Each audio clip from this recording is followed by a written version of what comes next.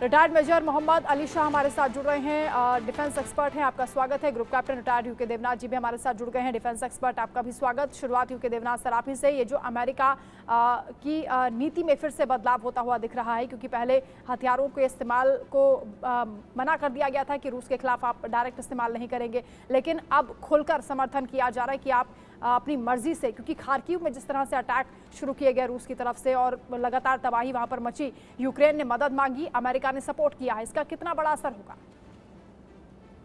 जी हाँ, ये इस युद्ध में एक बहुत बड़ा पॉलिटिकल डिसीजन है और इसके लॉन्ग टर्म स्ट्रेटेजिक ऑब्जेक्टिव जो है इस युद्ध का रुख भी थोड़ा बदल सकता है।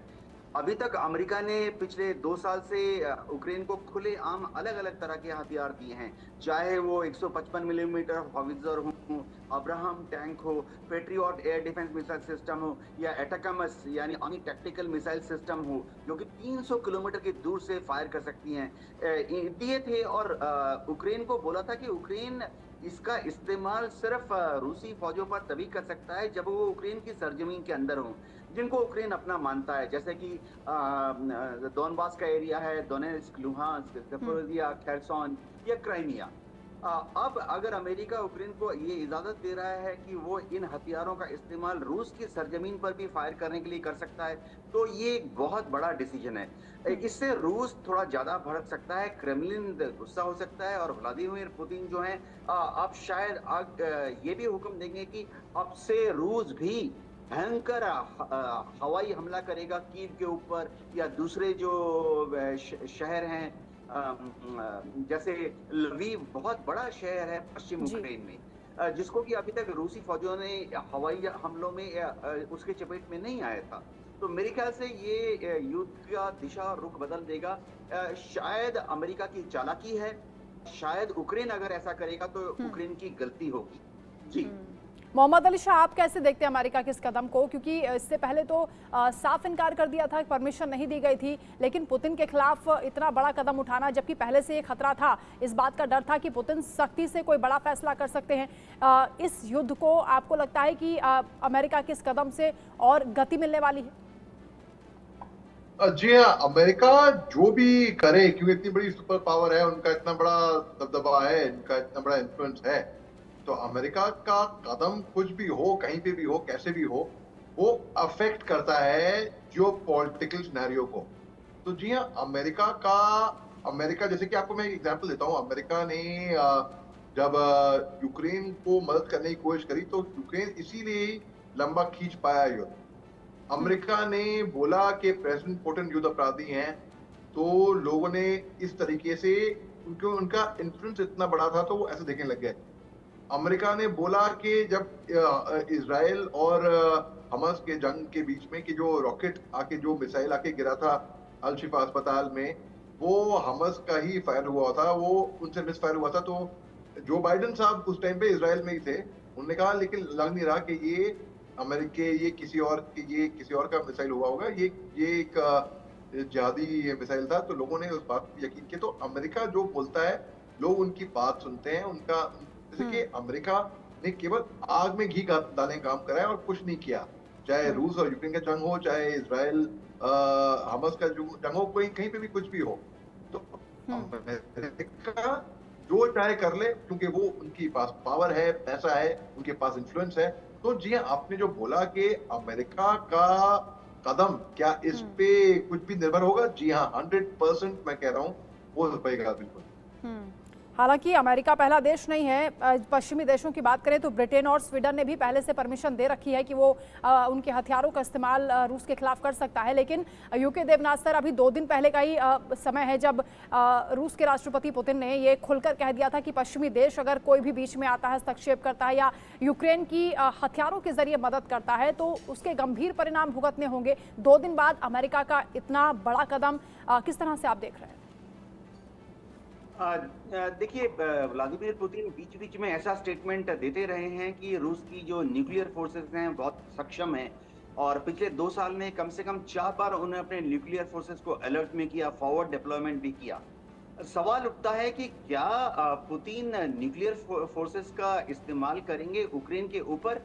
शायद नहीं करेंगे, क्योंकि अगर वो ऐसा करेंगे तो इस युद्ध से ये महायुद्ध बन जाएगा। और यूक्रेन को रूस को मालूम है, पुतिन को भी मालूम है कि फिलहाल इस युद्ध में वो कन्वेंशनल फोर्सेस के इस्तेमाल से जीत रहे हैं। यूक्रेन जो है लड़ाई कर रहा है, लेकिन हारता हारता लड़ाई कर रहा है। और रूस लड़ाई कर रहा है, लेकिन जीतते जीतते लड़ाई कर रहा है। हमें ये समझना पड़ेगा कि जब यूक्रेन हमला भी करता है, अभी अगर अमेरिका ने यूक्रेन को बोल दिया कि आप एटाकम्स रॉकेट सिस्टम का इस्तेमाल रूस की सरजमीन पर हमला करो, तो हमले से रूस को कुछ नहीं फर्क पड़ता। उन्होंने यहाँ से यूक्रेन की फौजों ने एक 300 किलोमीटर रेंज का मतलब ये नहीं कि वो 300 किलोमीटर रूस के अंदर घुस जाएंगे। ये सोचना पड़ेगा कि वो सेफ डिस्टेंस में यूक्रेन के अंदर रहेंगे, यानी यूक्रेन के टेरिटरी के अंदर 100-150 किलोमीटर पीछे रहेंगे। तो जब वो यूक्रेन के 100-150 किलोमीटर अंदर से फायर करेंगे, तो अटाकम्स का जो रॉकेट है वो रूस के अंदर मात्र 100 या 150 किलोमीटर अंदर जा पाएगा। और वहां पे एक आध मिलिट्री ठिकाने पर गिर जाता है तो रूस के एक आध मिलिट्री ठिकानों को कुछ छोटा मोटा नुकसान होगा। तो इससे रूस को कोई क्षति नहीं पहुंचेगी। यानी मैं ये दिखाने की कोशिश कर रहा हूँ, समझाने की कोशिश कर रहा हूँ कि यूक्रेनी युद्ध में जब भी रूस के ऊपर हमला करने की कोशिश करता है, उससे रूस को कोई फर्क नहीं पड़ता है। जबकि जेलेंस्की को ये समझना पड़ेगा कि यूक्रेन तो आस्ते आस्ते ध्वस्त हो जा रहा है। यूक्रेन में जितना रूस ने क्षति पहुंचाई यानी है, वो या अपने इन हथियारों के जरिए अपना बचाव तो कर सकता है यूक्रेन, लेकिन मुकाबला रूस के साथ नहीं कर सकता, ये आप कहना चाह रहे हैं मोहम्मद अली शाह। लेकिन इससे पहले हमने देखा था कि राष्ट्रपति इमैनुअल मैक्रो, जो कि फ्रांस के राष्ट्रपति हैं, उन्होंने पिछले महीने ही ये कह दिया था कि पश्चिमी देशों की सेना वहां पर जा सकती है, जिसको लेकर न्यूक्लियर हमले की भी धमकी पुतिन ने दी थी।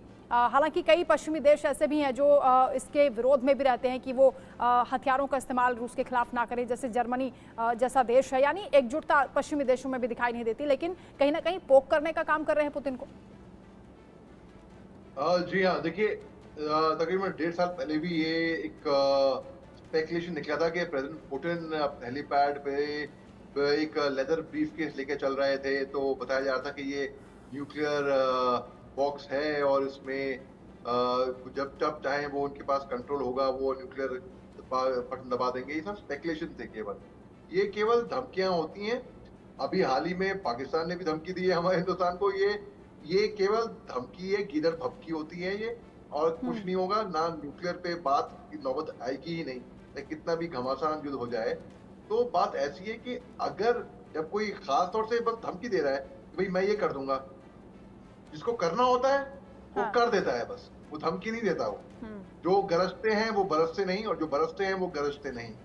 तो सिंपल सी बात है, मैं इसको कहीं पे भी ना ही पाकिस्तान के पास तो कोई दम है ही नहीं, मगर रूस की बात करें या रूस और यूक्रेन की बात करें, जहां पर भी कोई न्यूक्लियर पावर अगर धमकी देगा तो केवल एक धमकी समझिए उसको। हाँ, वो अलग बात है कि किसी भी धमकी को हल्के में नहीं लेना चाहिए कि अगर कुछ पता नहीं, कुछ भरोसा नहीं, अगर किसी का दिमाग घूम गया और अगर कुछ ऐसा कुछ कर दे जिससे इंसानियत को खतरा हो तो बात अलग है। लेकिन मुझे लगता नहीं कि न्यूक्लियर तक ये बात कहीं पे भी कैसे भी पहुंच पाएगी। बिल्कुल, बहुत शुक्रिया आपका मोहम्मद अली शाह हमारे साथ जुड़ने के लिए। यूके देवनाथ सर, आपका भी शुक्रिया तमाम बातचीत के लिए। तो जो युद्ध का मोड़ है वो दिलचस्प होता हुआ दिख रहा है। हालांकि कोशिश यही होनी चाहिए कि इस युद्ध पर जल्द से जल्द विराम लगे, भारत का तो यही रुख रहता है। लेकिन देखना होगा कि आने वाले दिनों में किस तरह से यूक्रेन और रूस के इस युद्ध पर विराम लग पाता है, या किस तरह से इस पर आगे युद्ध को लेकर जो तमाम देशों का सपोर्ट मिल रहा है वो रहता है। अब आगे बात करने वाले हैं भारत के दोनों देश